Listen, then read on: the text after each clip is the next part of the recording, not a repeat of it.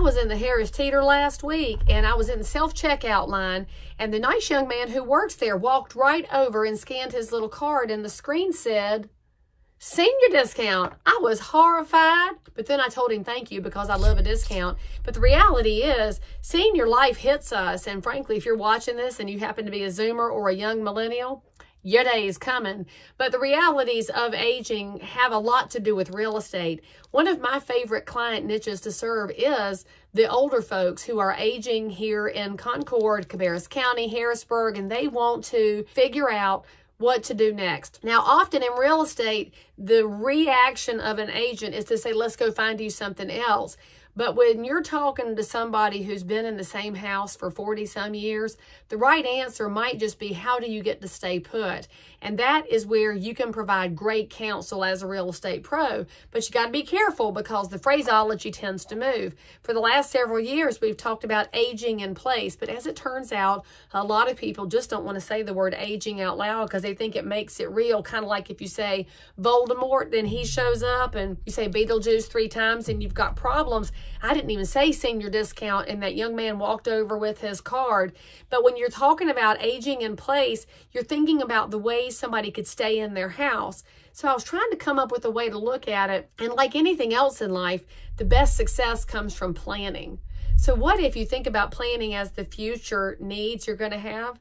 So let's talk about future-proofing your house, not child-proofing. All of us that have had little people in the house, you remember child-proofing. You go through and put the little magnets or little clips on the doors and drawers, especially where you have all those chemicals up under the kitchen sink so they won't necessarily pull it out, or just so they don't pull out all your pots and pans and make a lot of noise. And you go through the house putting edges on the hearth so they don't fall down on the bricks, and you put baby gates up. That's child-proofing. But when you're looking at what happens in your later stages in life, you might not have a need for those things now, but you may in the future. And by the time you need them, it might be an onerous task to add them in. So when I talk about future-proofing a house, here are the top things you want to consider for staying in a house long-term.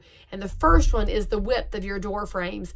Many builders build a house with 30-inch doors, especially if it's an older house that was built in a different era. A 30-inch door is fine for normal living, but if you wind up with a walker or a wheelchair or somebody that's got to come through the door with you, it's just going to be too narrow.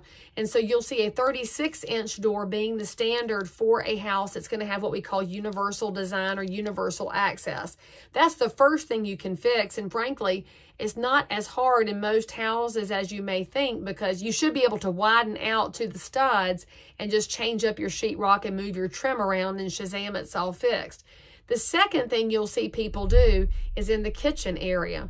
If you look under your cupboards, if you've got flat static shelves, that's fine for right now, except that frankly, you don't even know what's in the back corner of that Lazy Susan, and you don't know what's on your back shelves. You will see a lot of folks retrofitting to add pull-out shelves.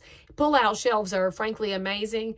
And then you can not only utilize all your space, but in a future where you might be mobility challenged, if you've rolled up into your kitchen, you can pull that out and use your upper body to handle things without having to balance on one hand, balance on a cane, or if you're in a wheelchair or a walker, there could be a distance between you and the countertop where you can't just get it up there.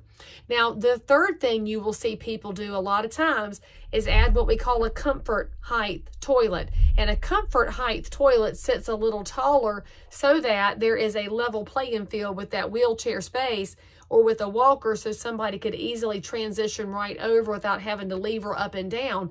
These are things that we go through every day when you are fully mobile that you just don't think about. But when you spend time with aging people, you realize those are the things that actually preserve somebody's dignity long term. Because the more we make it easy to live and function in a house, the longer they can stay put.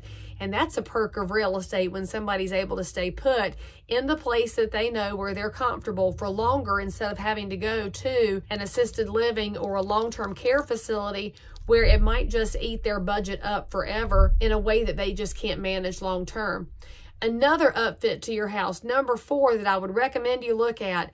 Many older homes will have what we call the YMCA shower, where there's a fiberglass insert, or it may have some old tile at the top and it's got an old door and it's smaller and there's a lip at the bottom. What you'll find a lot of folks doing is taking that piece out so that you can go a little deeper in. And then at the bottom, instead of having that lip from the fiberglass, have a 0 entry into the shower so that you could roll in or walk in. Then you want to add a seat if there's room for it, and definitely grab bars. There's so many ways to elegantly update that space that we're going to make it, frankly, more usable now while you are fully mobile, and even better in a future where you may need some time for rehab or just need some additional assistance.